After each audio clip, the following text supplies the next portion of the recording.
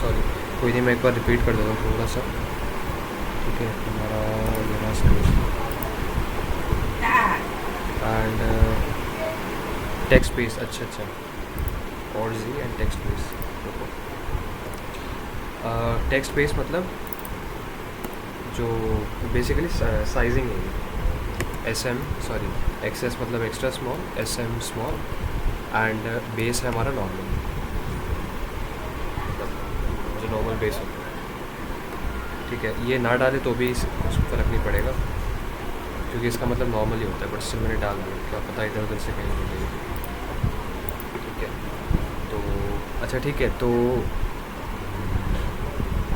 जो रिकॉर्डिंग अब से देख रहे हैं, ठीक है, उनको मैं बता दूँ, ऑडियो ऑफ था मेरा। Okay, so I am just giving you a glimpse कि what we did until now. We are just creating a navbar. Okay, I mean we are creating a navbar in React.js, so just to get an idea कैसा how will we make any component. ठीक है, basically we are just writing an HTML code or you can say JSX code. ठीक है, see what we have coded until now. Yeah, okay, so Tailwind isn't working.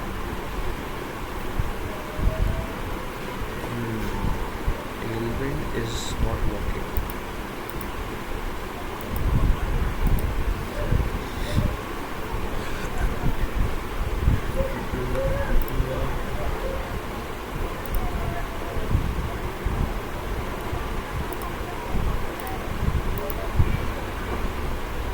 नहीं, import तो नहीं करना।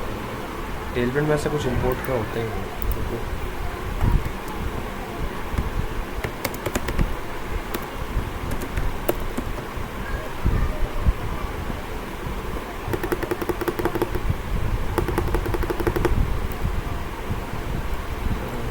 Tailwind काम नहीं करना है।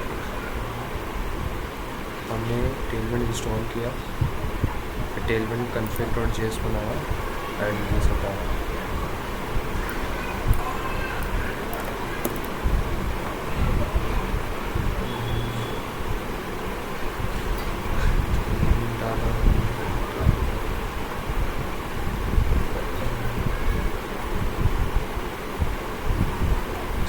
और तो कुछ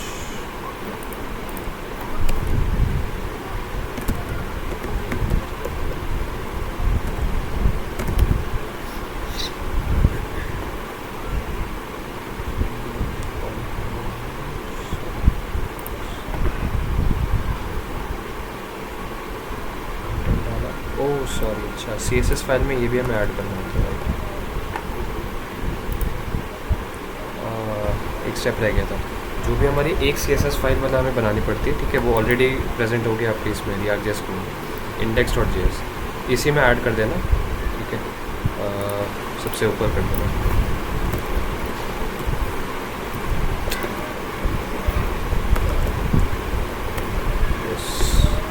अब काम करेगा। ठीक है, ये वार्निंग देगा तो वार्निंग इग्नोर करना है, बाय डिफ़ॉल्ट देता ही है हर टेलविंड को। ठीक है, कोई फ़र्क नहीं पड़ता उससे। अब it should work. Yes, finally work कर रहा है।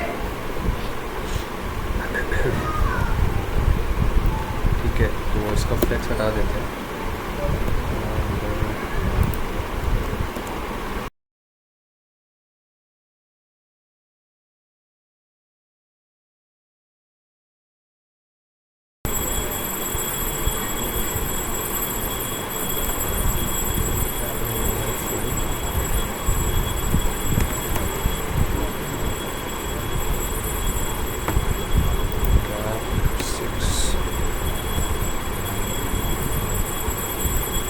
इमेज को राउंडेड फुल, हाँ,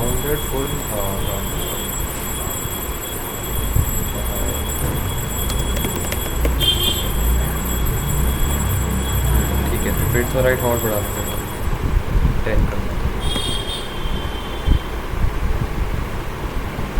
गैप और बढ़ा देंगे 5। ठीक है,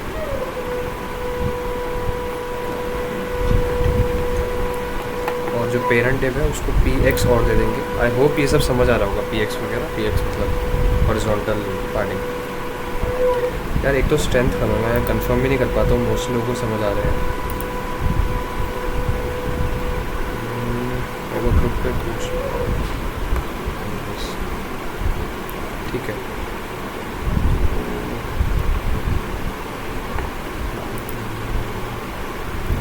लास्ट में ये ना हो कि कुछ आवाज़ रिकॉर्ड हो रही है।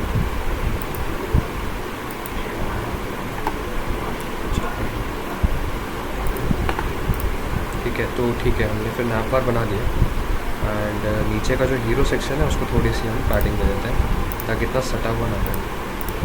पैडिंग कैसे देंगे, यहीं ऐप में ही दे देते हैं। तो ये हमारा बन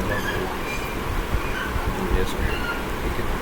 तो देखो अब हमने एक नैप बार बना लिया, ठीक है। एंड अब हम इसी नैप बार को और इसी कंपोनेंट को, ठीक है, हेडर कंपोनेंट है, इसी को हम अलग अलग पेजेस में यूज़ कर सकते हैं। पेजेस में हम एक और पेज बना लेंगे एंड उस पेज के अंदर भी हम जैसे हमने होम के अंदर यूज़ किया था, सॉरी होम में नहीं, हमने app.jsx में यूज़ कर दिया, ठीक है। तो ऐसा हम अलग अलग फाइल्स में यूज़ कर सकते हैं उस सेम कंपोनेंट को, ठीक है। तो ये तो यूजेबिलिटी ऑफ कंपोनेंट थी, ठीक है। अभी जो मैंने काम किया है, लाइक एक तरीका था कि होम को हम मतलब होम जैसे एक पेज बनाया हमने, राइट, फिर एक अबाउट अस पेज होगा, एक कॉन्टैक्ट अस पेज होगा, ऐसे तीनों में हम हेडर यूज़ करेंगे। ये एक तरीका। दूसरा तरीका ये होता है जैसे मैंने app.jsx में हेडर डाल दिया, राइट। अब जब हम आगे राउटर सीखेंगे, ठीक है, राउटर्स का कंसेप्ट आएगा, तब हम 3-4 पेजेस यहीं पे ऐड कर देंगे, ओके। अब यहीं पे ऐड कर देंगे एंड मैंने बताया था लास्ट क्लास में भी कि जैसा जैसा हमारा राउट होगा, राउट का मतलब है /home/about/contact, ठीक है, उसके हिसाब से वो कंपोनेंट कंडीशनली रेंडर होगा, ठीक है। कि /home है तो ये कंपोनेंट रेंडर हो, /about us है तो हमारा about us कंपोनेंट रेंडर हो, ऐसे करके, ठीक है।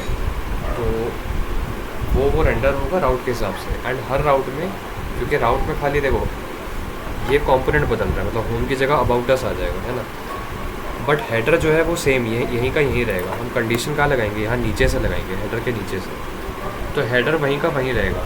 तो इससे फ़ायदा क्या होगा, जब हम अलग अलग पेजेस में स्विच करेंगे, जैसे हमने एक लिंक लगाया अबाउट अस पेज का, होम से जब वो अबाउट अस पेज पे रीडायरेक्ट होगा, ठीक है, तो खाली ये कंपोनेंट बदलेगा होम से अबाउट अस, ठीक है। मतलब ये सेकंड कंपोनेंट जो होगा हमारा अबाउट अस, ये वाला रेंडर हो जाएगा और होम जो है वो कैंसिल, मतलब आउट ऑफ व्यू पोर्ट हो जाएगा, ठीक है। तो ये हट के ये आ जाएगा एंड हेडर वहीं का वहीं रहा। तो इससे बहुत ज़्यादा काइंड ऑफ वो वाली फीलिंग आ जाएगी, ये कैसे मतलब एक तो एक अच्छा यूज़र एक्सपीरियंस हुआ ये, ठीक है, क्योंकि सारी चीज़ें हम री रेंडर नहीं कर रहे हैं, राइट। वो मतलब पेज में जिस कंपोनेंट को चेंज होना चाहिए बस वही चेंज हो रहा है, राइट। हेडर वहीं का वहीं है, सिर्फ चेंज हो रहा है बीच का जो कंटेंट है, ठीक है। तो इसी तरीके से हम सिंगल पेज एप्लीकेशन बनाते हैं, ठीक है। जैसे हम राउटिंग सीख लेंगे तो फिर हम सिंगल एप्लीकेशंस बना पाएंगे, राइट। वो उस पर हम आएंगे बाद में, पहले नॉर्मल बेसिक्स हम देख लें रिएक्ट जैसे, ठीक है। तो काइंड ऑफ बेसिक्स नहीं, बेसिक्स तो आपके हो चुके हैं, ठीक है। अब आप इंटरमीडिएट लेवल कह सकते हैं, वो चीज़ें सीखोगे, ठीक है। तो अगर समझ आ गया है,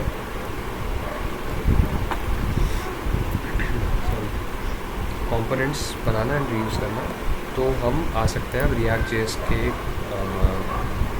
पहले टॉपिक पे, ठीक है। हम ये एक ही टॉपिक आज इंट्रोड्यूस करेंगे, ठीक है, और ये नेक्स्ट क्लास में भी चलेगा, ठीक है, आज ख़त्म नहीं हो जाएगा। तो हम स्टार्ट करते हैं स्टेट से, ठीक है। हम एक कंपोनेंट ले लेते हैं, जैसे यहाँ पे हेडर एंड उसके बाद होम है, ठीक है। तो होम में हमारा ये रहा होम पेज, home.jsx, यहीं से हमने इंपोर्ट किया हुआ है एंड इसके अंदर हमारा सेक्शन 1 है, ठीक है। तो सेक्शन 1 में हम करते हैं हमारा स्टेट्स का जो अभी मैंने कंसेप्ट बताया, ठीक है। तो देखो मैंने बताया था JSX में एक डिफरेंस होता है, कर्ली ब्रेसेस आ जाते हैं ताकि हम HTML कोड के अंदर जावास्क्रिप्ट को यूज़ कर पाएँ, राइट। सपोज़ मेरा एक वेरिएबल है नेम एंड यहाँ पे नेम है कुछ भी, ठीक है, सपोज सिद्धार्थ, ठीक है। अब मुझे सेक्शन 1, चलो इसको हटा देता है और क्लास में दे देते, थोड़े मार्जिन दे देते ताकि वो सेक्शन 2 से थोड़ा सा डिफ्रेंशिएट हो जाए, M4, ठीक है। अब ये देखो H1 हमने डाला, हेलो कर्ली ब्रैकेट में नेम, ठीक है। नेम वेरिएबल है बिकॉज वो जावास्क्रिप्ट का पार्ट है। रिटर्न से पहले सारा जावास्क्रिप्ट होता है, रिटर्न के अंदर JSX है। तो जावास्क्रिप्ट का वेरिएबल यूज़ करने के लिए हमने यहाँ पे हेलो नेम करते हैं। तो यहाँ पे देखो हमें सिद्धार्थ आता है, ठीक है। इसको हम चेंज करेंगे हेलो अली बॉय, तो हेलो बॉय, ठीक है। अब देखो ये है, ठीक है। तो ये हो गया हमारा। ये तो चलो मैंने लास्ट क्लास में बता दिया था कि अच्छा वेरिएबल्स को, या फिर वेरिएबल्स भी नहीं, वेरिएबल्स में बिकॉज जावास्क्रिप्ट के अंदर आते हैं। तो जावास्क्रिप्ट कुछ किसी भी तरह की जावास्क्रिप्ट यूज़ करने के लिए वी यूज़ कर्ली ब्रैकेट्स, ठीक है। नाउ अगर आपको ये समझ आ रहा है कर्ली ब्रैकेट्स, तो हम स्टेट की बात कर सकते हैं, ठीक है। I will come to state now. First of all state समझने से पहले हमें हुक्स देखना पड़ेगा, ठीक है। दो कंसेप्ट है, ठीक है। मैं यहाँ लिख देता हूँ, यहाँ चलो नहीं मतलब लिखना है, मैं यहाँ करके दिखा दूँगा, ठीक है। स्टेट से पहले हम हुक्स पे आते हैं, ठीक है। Now what are hooks? See hooks are, बस आप एक नॉर्मली समझ सकते हो कि React.js लाइब्रेरी में, ठीक है, या फ्रेमवर्क व्हाटएवर, उसके अंदर pre build already made functions हैं, ठीक है। और ये वैसे फंक्शंस हैं जो मतलब नॉर्मल सी जैसे अलर्ट होता है हमारा जावास्क्रिप्ट में इनबिल्ट फंक्शन है, राइट। अलर्ट के अंदर जो भी हम आर्ग्यूमेंट पास करेंगे वो चीज़ वो एकदम पॉपअप ला के रख देगा स्क्रीन पे, राइट। तो वो एक जावास्क्रिप्ट का इनबिल्ट फंक्शन हो गया है। React.js जिन डेवलपर्स ने डेवलप किया है, ठीक है, उन्होंने भी ऐसे कुछ प्री बिल्ट फंक्शंस बनाए हैं, ठीक है, इनबिल्ट फंक्शंस हैं, और उनको हम हुक्स कहते हैं, ठीक है। तो उनको हम हुक्स क्यों कहते हैं? बिकॉज वो उस टाइप के फंक्शंस हैं जो हम किसी भी एंटिटी पे, ठीक है, या किसी भी आप कह लो you can say we tag that function to any entity और any element in our project, ठीक है। मैं बताता हूँ, मतलब आपको समझ नहीं आया नो। जैसे कि suppose let's take an example, एक वेरिएबल है, ठीक है, ये नेम वेरिएबल है। अब इस नेम वेरिएबल के साथ मैं एक फंक्शन को बाइंड कर देना चाहता हूँ, ठीक है। I told you in the definition कि that hooks are those functions that can be hooked और that can be binded to a variable, right. Yes, ठीक है। तो अब मान लो ये आई टोल्ड यू कि हाँ bind we can bind it to any entity in JavaScript और React.js, ठीक है। एंटिटी का क्या मतलब है? कोई भी चीज़ कह लो आप, ठीक है, मतलब वेरिएबल भी हो सकता है, वो कोई एलिमेंट हो सकता है JSX का, ठीक है, कोई और फंक्शन हो सकता है, कुछ भी हो सकता है। तो किसी भी चीज़ के साथ बाइंड करने के लिए वो काम आती है, ठीक है। अब let's take an example of this variable, ठीक है। वेरिएबल भी कोई भी वेरिएबल भी एक हमारा एंटिटी है जावास्क्रिप्ट में, ठीक है। उस वेरिएबल के साथ हमें एक फंक्शन को बाइंड करना है, ठीक है। एंड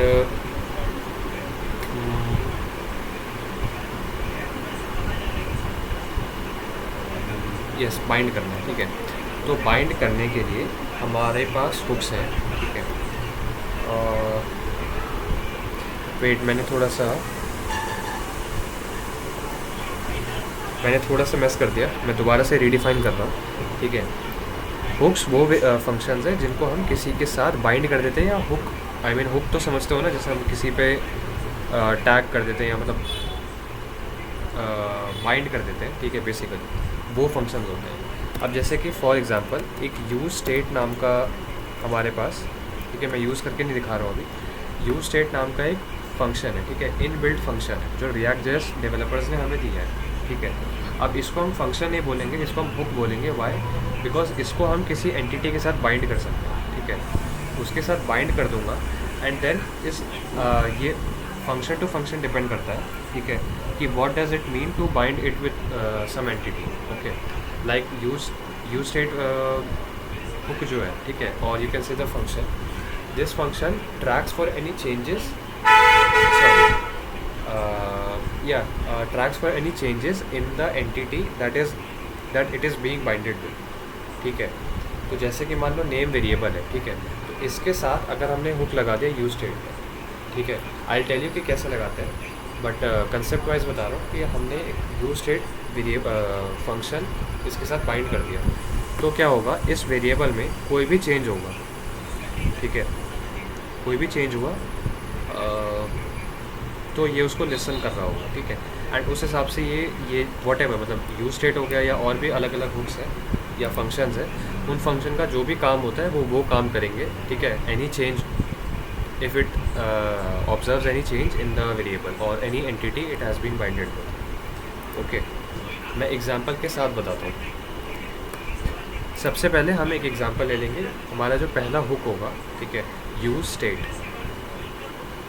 फाइन, यूज स्टेट हमारा फर्स्ट हुक है। अब कैसे हम यूज स्टेट को यूज़ करते हैं, देखो, फर्स्ट ऑफ ऑल मैं यूज स्टेट का काम बता देता हूँ। यूज स्टेट, इसी के आगे डेफिनेशन लिख देता हूँ। यूज स्टेट, दिस हुक और function is use to create a state variable, ठीक है। और अभी के लिए मैं स्टेट भी हटा देता हूँ, is use to create a variable, ठीक है। अब देखो, यूज स्टेट का काम क्या होता है, वेरिएबल डिफाइन करता है, ओके। अब एक माइंड में क्वेश्चन आएगा छोटा सा कि वेरिएबल हम यहाँ पे डिफाइन कर रहे हैं, fine, and use state function का काम भी यही होता है कि वो वेरिएबल को डिफाइन करता है, ठीक है। काम दोनों का सेम हो रहा है। ये जो स्टेटमेंट है, इसने क्या किया, नेम वेरिएबल है और इसको एक वैल्यू दे दी सिद्धार्थ, ठीक है। यूज स्टेट क्या करेगा, ये भी एक वेरिएबल लेगा नेम, और नेम को एक वैल्यू दे देगा सिद्धार्थ, ठीक है। काम इसका भी यही हुआ, वेरिएबल को एक वैल्यू देना। डिफरेंस क्या है, जैसे यहाँ पे देखो नेम है, ओके। अब इस नेम, ये नेम वेरिएबल क्या है, यहाँ से इस नेम वेरिएबल कंट्रोल क्लिक करोगे तो यहाँ पे डायरेक्ट करेगा, बिकॉज यहाँ से ये रेफ़र कर रहा है, ठीक है। और ये नेम एक नॉर्मल वेरिएबल है, ठीक है। अब ऐसा समझ लो, वेबसाइट यूज़र के पास लोड हो चुकी है, ठीक है। देन इस वेरिएबल में कुछ चेंज हुआ, सपोज़ हमने एक बटन बना रखा है एंड वो बटन क्या करता है, नेम को चेंज कर देता है, ठीक है। लाइक सिद्धार्थ से वो कर देगा गौतम, ठीक है। तो जैसे वो चेंज हुआ, अब क्योंकि वेबसाइट रीलोड नहीं हुई, राइट, अगर रीलोड होती तो फिर तो चलो चीज़ें अपडेट हो जाती है ना, बट जैसे आप नॉर्मली अगर मान लो कोई भी वेबसाइट ले लो, कोई भी एक नॉर्मल वेबसाइट ले लो, ठीक है, स्टैटिक वेबसाइट, उस पर आप ने मान लो अपने यूज़र नेम चेंज किया, ठीक है। यूज़र नेम चेंज करोगे तो वो वेबसाइट जब रीलोड होगी तब आपको आपका नया यूज़र नेम दिखेगा आपकी वेबसाइट पे, ठीक है। बट सपोज़ वेबसाइट रीलोड ही नहीं हुई, बिकॉज रिएक्ट जेएस में तो हम रीलोड करते ही नहीं है ना, मतलब करते हैं बट प्रेफर करते हैं कि ना रीलोड करना पड़े, राइट। तो उस केस में हमारा जो यूज़र नेम होगा, वही एग्जांपल अगर हम देखें तो चेंज नहीं होगा user name, because user name background में तो चेंज हो गया है, बट स्क्रीन पे चेंज करने के लिए हमें पेज को रीलोड करना ही पड़ेगा, ठीक है। और हम वो चीज़ नहीं चाहते हैं, तो वहाँ पे आता है हमारा यूज स्टेट हुक, ठीक है। यूज स्टेट हुक क्या करेगा, अब देखो मैं बताता हूँ यूज स्टेट की हेल्प से कैसे डिफाइन करते हैं वेरिएबल। सिंटैक्स होता है हमारा कॉन्स्ट स्क्वायर ब्रैकेट और इसके अंदर नेम, दूसरा होगा हमारा सेट, और सेट के आगे जो भी वेरिएबल था ये name, okay, equals to use state. Use state को इंपोर्ट करना पड़ता है, ठीक है, यही ऐसे फ्रॉम रिएक्ट एंड ये देखो, ठीक है। इस पे ध्यान मत देना, मतलब ये तो बेसिकली इंपोर्ट स्टेटमेंट है, इसमें हमने कॉमा देके दो चीज़ें इंपोर्ट कर ली। एक तो रिएक्ट है, रिएक्ट पे कर्ली ब्रैकेट्स नहीं लगे, ठीक है, इसका मतलब है ये डिफ़ॉल्ट इंपोर्ट है, रिएक्ट लाइब्रेरी से जो भी एक्सपोर्ट हो रहा है डिफ़ॉल्ट ये वो है। And use state curly brackets के अंदर है, तो नेम्ड एक्सपोर्ट जो हो रहा होगा रिएक्ट लाइब्रेरी में यूज स्टेट नाम का, वो है ये, ठीक है। तो अब देखो हम कैसे यूज़ कर रहे हैं।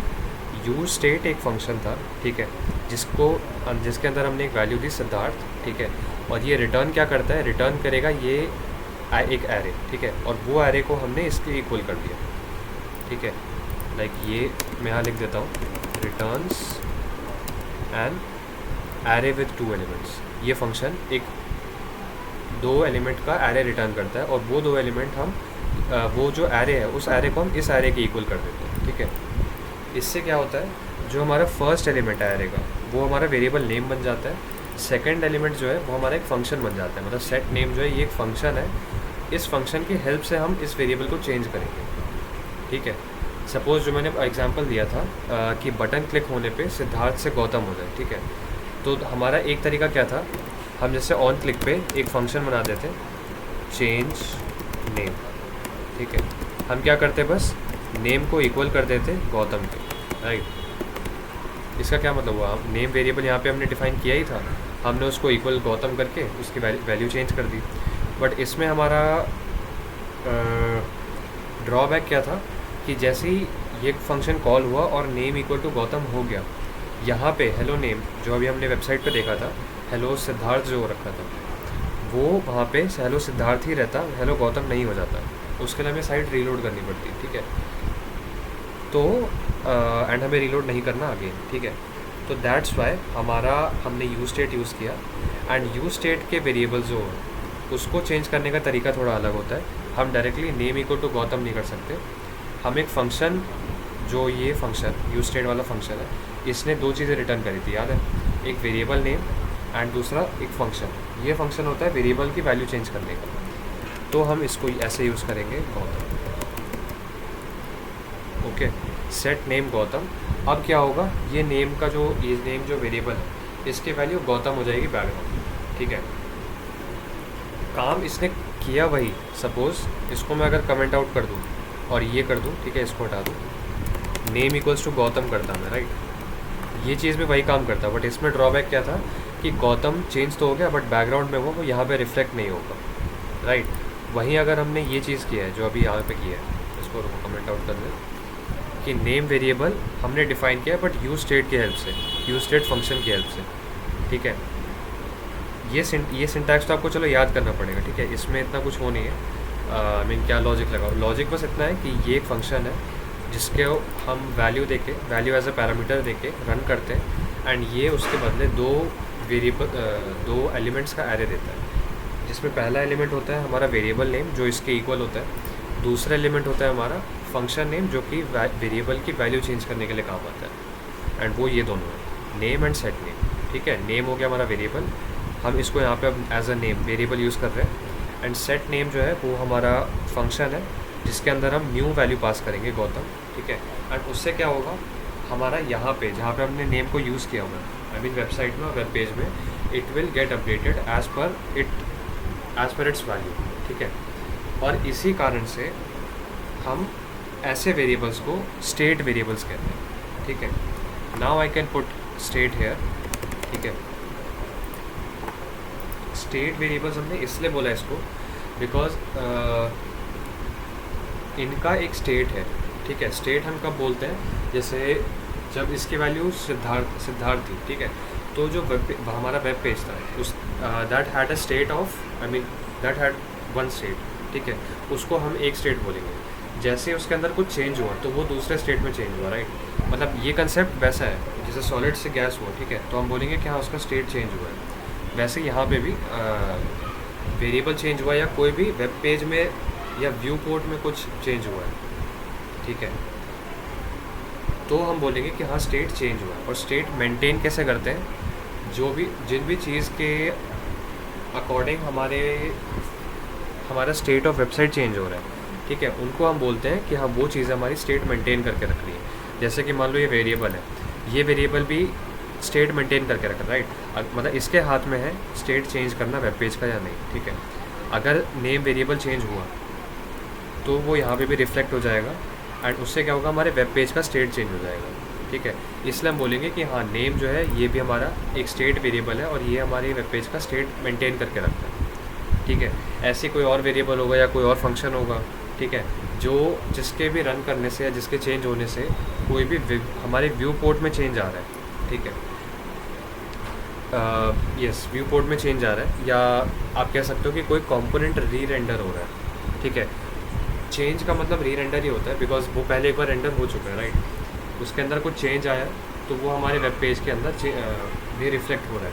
वो रिफ्लेक्ट होने के लिए हम कहेंगे कि हाँ वो जो कंपोनेंट है वो री रेंडर हो रहा है, ठीक है, अगेन रेंडर हो रहा है with the new state variables value, ठीक है। तो ये काम था हमारे यूज स्टेट हुक का, और आप कह सकते हो फंक्शन भी, बट रिएक्ट जेएस के लैंग्वेज में हम ऐसे फंक्शंस को हुक कहते हैं, ठीक है, जो कि स्टेट मेंटेन या स्टेट वगैरह में हमारे काम आए, ठीक है। And not only state, I mean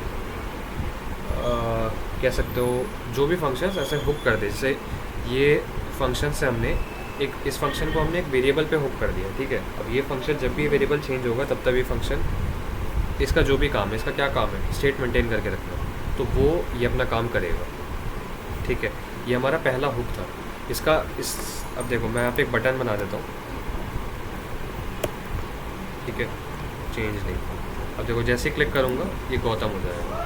हम यहाँ पे एक कंडीशन लगा सकते हैं, इफ़ नेम इक्वल टू हमारा सिद्धार्थ है तो गौतम हो जाए, ठीक है, अदरवाइज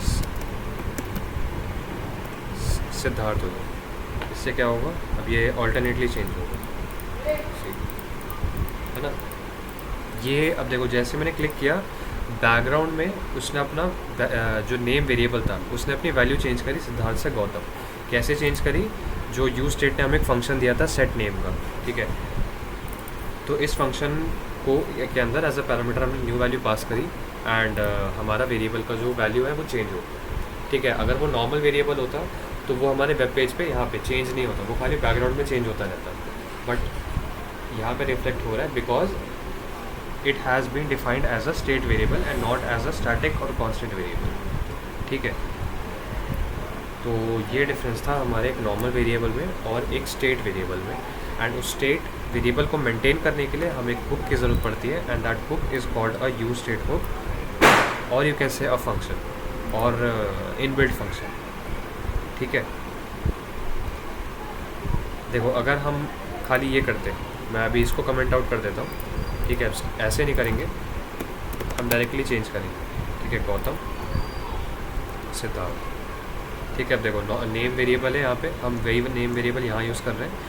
चेंज नेम फंक्शन हम कॉल कर रहे हैं ये बटन कॉल होने पे, राइट। मैंने यहाँ पे ऑन क्लिक लगा रखा है, इसको मैं थोड़ा सा फॉर्मेट करूँ ठीक से, ऑन क्लिक, ठीक है। तो देखो ऑन क्लिक होने पे चेंज नेम, मैंने फंक्शन नेम दिया हुआ है इस एलिमेंट को कि ये फंक्शन कॉल करना है। अभी फंक्शन कॉल होते देखेगा, अगर नेम सिद्धार्थ है तो नेम को इक्वल कर देगा गौतम के, अगर नेम नहीं सिद्धार्थ के इक्वल नहीं है तो वो सिद्धार्थ कर देगा, ठीक है। और हम ये नेम वेरिएबल यहाँ पे यूज़ कर रहे हैं। अब करके देखते हैं। अच्छा ओके, पहली दिक्कत तो गलती हमने ये कर दी कि ये कॉन्स्ट, हमने इसे एज अ कॉन्स्ट डिफाइन किया हुआ, ठीक है। कॉन्स्ट वेरिएबल तो चेंज ही नहीं हो सकता, तो लेट करना पड़ेगा। अब लेट करके देखते हैं। देखो चेंज नेम पे मैं क्लिक कर रहा हूँ,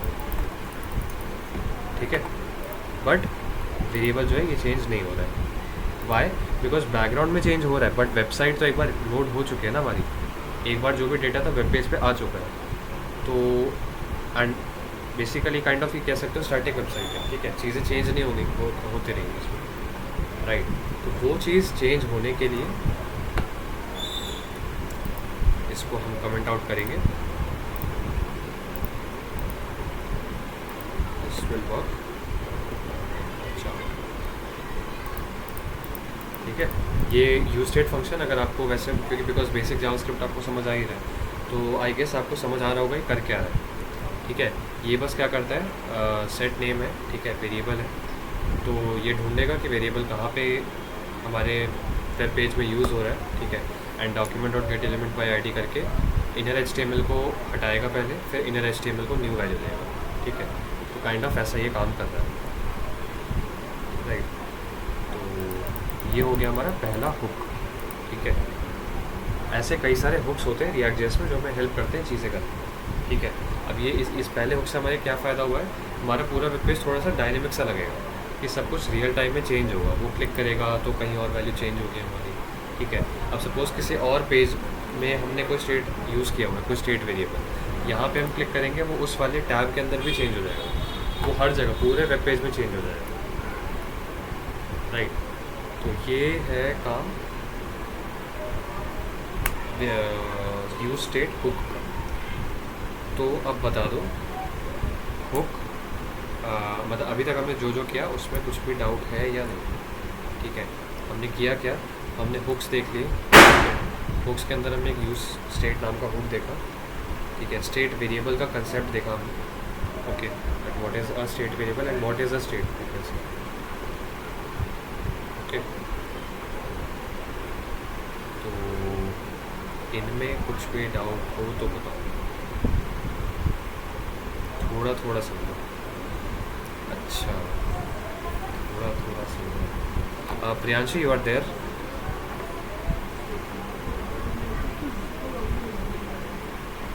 अच्छा ओके ओके, तुम भी एक बार बता दो मतलब समझ आया या फिर सही में बता दो समझ आया या फिर कुछ कुछ समझ आया बस। विश्वास के लिए हामिद को डाउट है मतलब आई मीन थोड़ा थोड़ा समझ आया, तुम भी बता दो।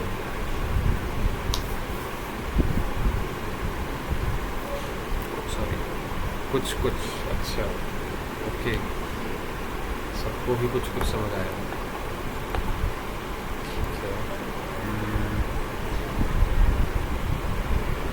ओके ओके ओके, एक काम करना मतलब चलो अभी तो जो रिकॉर्डिंग देखेंगे वो देखेंगे, ठीक है। आ, आज थोड़ा मैकेनिकल फील आया आफ्टर लेक्चर वापस। हाँ हाँ हाँ, नहीं देखनी पड़ेगी मुझे लगती है, सभी हामिद भी देखेगा, प्रियांशी भी देखेगी, विश्वा आई गेस विश्वा को आता है, आई मीन हाँ विश्वा को समझ आता है। तो एक काम करना, जो अभी मैंने कोड बताया ना मैं इसको अभी के अभी पुश कर देता हूँ, ठीक है। पुश यूज, ठीक है, state and state variable concept.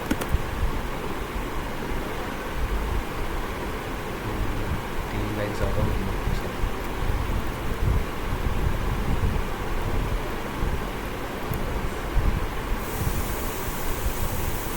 क्या लगता है?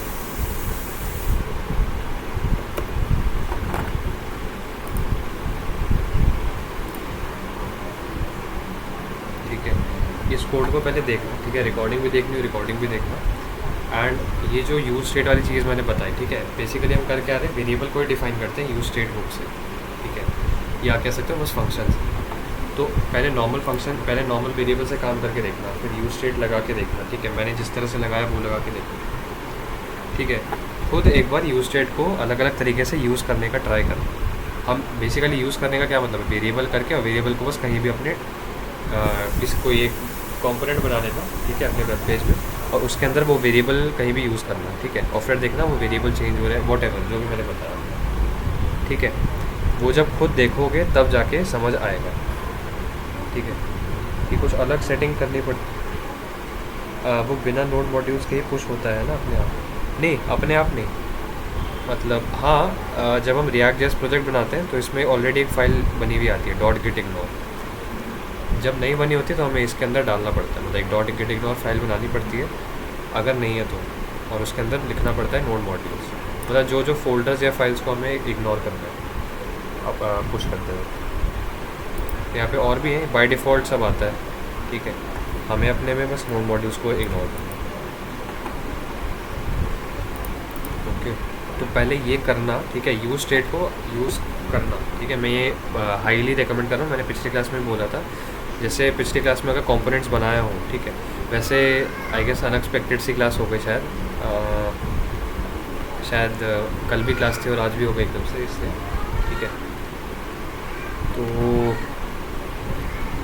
बट ये ट्राई करना, एंड मैं नेक्स्ट क्लास में एकदम क्विक रिव्यू स्टार्टिंग में दे दूंगा यूज स्टेट का दोबारा से, ठीक है, बिकॉज मतलब स्ट्रेंथ भी कम है एंड ये भी अभी हाँ वेडनेसडे को क्लास,